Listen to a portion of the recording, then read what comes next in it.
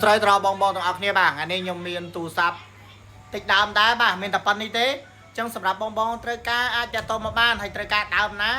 ឆាតស៊ូបានណាចាខ្ញុំរីវីយូមកដើមឲ្យមើលមករៀបរាប់ទាំងអស់ឲ្យមើលអញ្ចឹងសម្រាប់បងបងត្រូវការ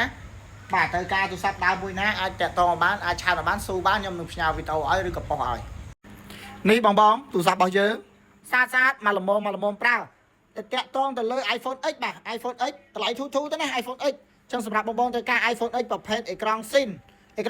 អត់ scan អញ្ចឹងទៅខ្ញុំមាន case មាន screen ឲ្យបាទតម្លៃគិតឲ្យត្រឹមតែ$60ដែរណាប្រភេទអេក្រង់ស៊ីនតែអត់មាន scan ចឹងទៅលើការបាញ់ហ្គេមបាញ់អីគឺ smooth សម្រាប់អ្នកដែលចង់បានប្រភេទអេក្រង់ស៊ីនហើយមាន scan បាទអេក្រង់ស៊ីនមាន scan តម្លៃត្រឹមតែ$70ទេទៅលើកាមេរ៉ាខ្ចីល្វក់ហ្មងដំណើរការគ្រប់គ្រាន់ចឹងមកអែមណា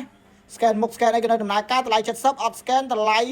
60ហើយទៅលើ iPhone បាទ iPhone គឺយើងមាន11យើងមាន2គ្រាប់នេះ11បាទ iPhone 11មាន scan និងអត់ scan តម្លៃល្អបាទបញ្ជាក់ច្បាស់បាទ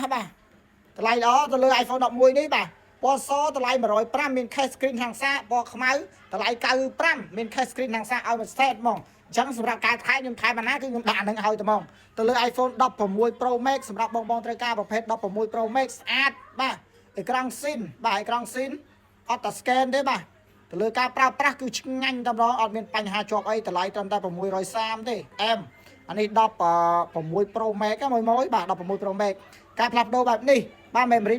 256ទៅលើ14 Pro Max ខ្ញុំមានម្ដងដែរណាទូខ្ចីបងបាទនេះទូខ្ចីប្រើ SIM បាននេះបាទហើយដាក់ SIM បានមិនមែនកូដ LLA ណាហើយទៅលើ memory វិញញាក់សាច់មកតេបាទ memory មកតេអែមញាក់បាទតម្លៃល្អគិតឲ្យត្រឹមតែ